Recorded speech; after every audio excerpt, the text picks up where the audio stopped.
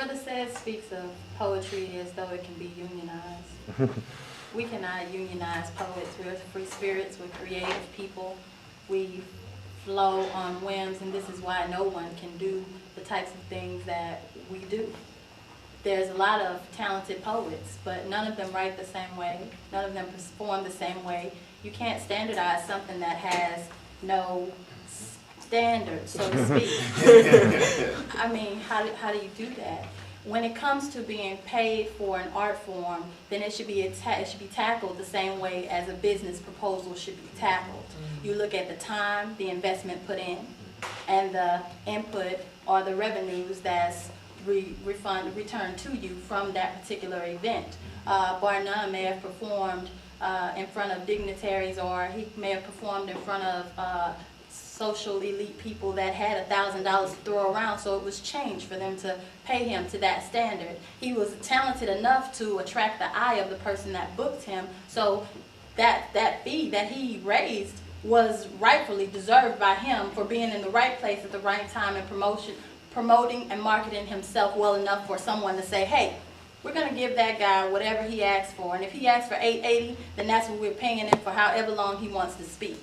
The thing about being an artist and being creative is the fact that if everyone could do it, everyone would do it.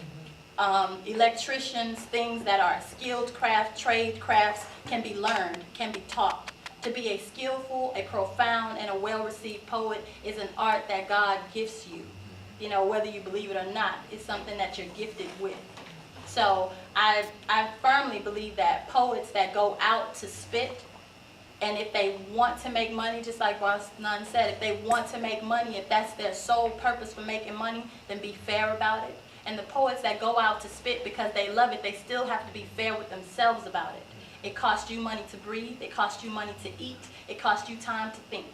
So these things should be considered. That's my speech. Rebuttal after everybody's done.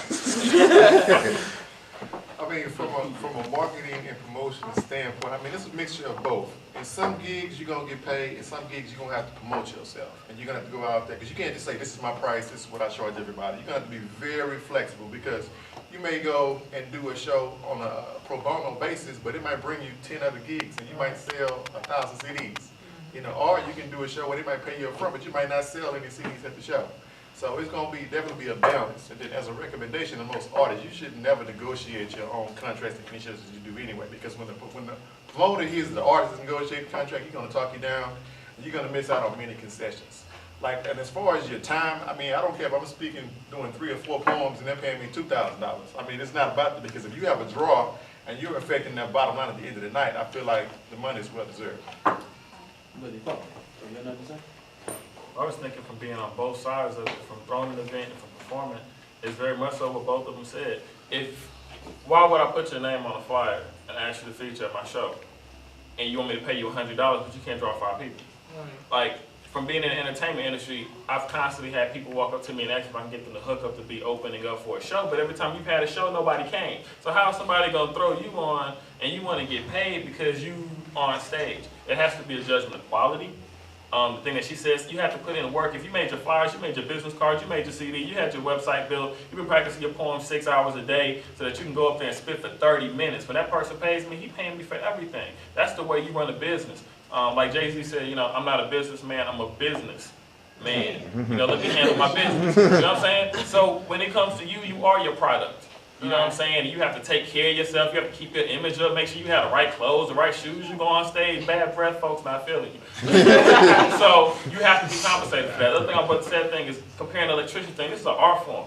And when it comes to art forms, you can't judge it in little hourly wages, things of that sort. That's not the type of thing. When it's a performance, you know, you have to do all that other work and people can't pay you for that. The other thing is you don't work 8 hours a day, 10 days a week.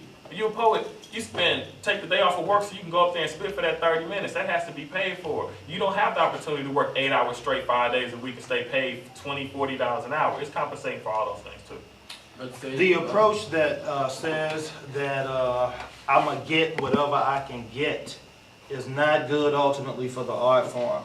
I'm not trying to unionize poetry.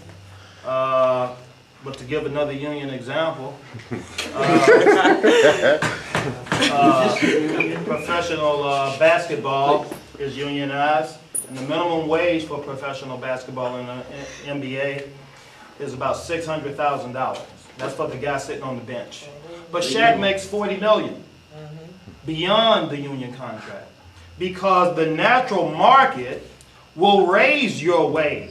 If you go out and you tell people, yeah, my wage is $75 for 30 minutes, and you got 20 people calling you one month, you a dumbass if you don't ask for more money. Because you got demand there. Demand now demands that you raise your price, because you can't do 20 shows in a month. So you got to cut out some of those people. And how do you cut them out? By raising your price.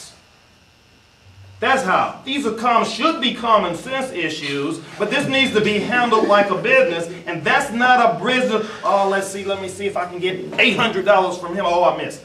Oh, let me see if I can get $50 from him. Oh, I missed. Oh, he wants me to do a show for free. Okay, yeah, I guess I'll do that. That's hit and miss. You need to be consistent. We all need to be consistent. As long as we don't do that, it's not good for the art form. Period. Okay. I have a scenario for you. Okay, you're about to do a feature in a show. You're about to do a feature. The guy that is doing the feature, that's bringing you in, is going to pay you $300. But that night, he charges $10 at the door. 300 people come into the venue. And after all of his overhead and paying you $300, he walks away with $2,700. Is he pimping you? Yes or no? Nev Jones. No. Bonan? No. No. Inertia? I have a clause. I mean, there's like We'll get back to your close in a minute. Yeah. Yes or no, Peter? No. No? E? No. Okay, Inertia, you close. Now, my clause is, if you have agreed for a flat rate of $300, then no. But if you went into this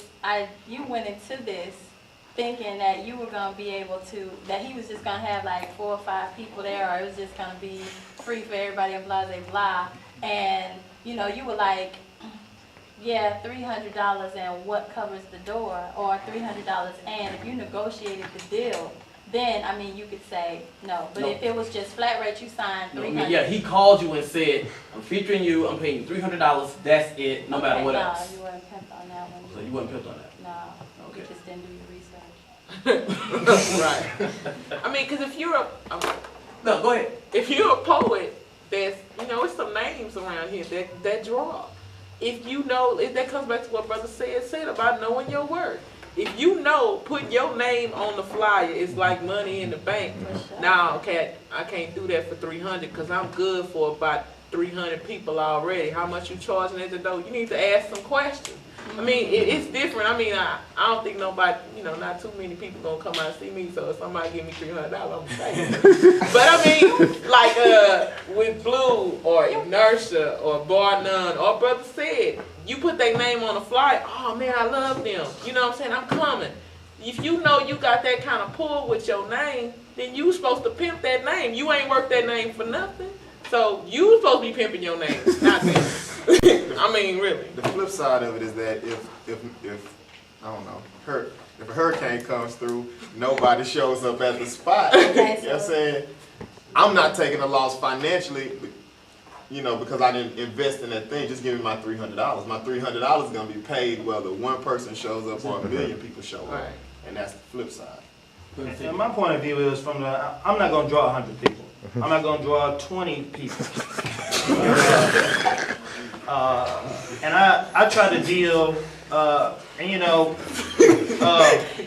we're artists, and a lot of artists are sensitive souls, dedicated to the art form and pursuing it. For many years I was like that too. But at some point, you gotta stop and you gotta develop, because it's just inevitable. You're not born into this art form with business sense. You develop a business sense. And you need to not just develop a personal business sense, but an overall business sense that envelops the whole industry. If a potential customer calls Bar None and says, I want you to do 30 minutes, bro, at a fraternity, yeah, that's $75 basic, bro. Calls her $75 basic. Wow, that's high. Let me see if I can get Inertia for free. Now that's $75, bro. Okay, he calls everybody, he gets that. Pretty soon, they're gonna realize they can't get nobody for free. Right. And that's mostly the case in this city. Right.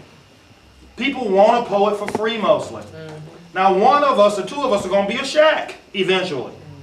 And that brother's gonna demand $1,000 because that brother draws. But that's just the natural marketplace. But to say I'm gonna get whatever I can get, that ain't good for the industry. Okay. It ain't good for professionalizing this art form. Okay, and that's you want to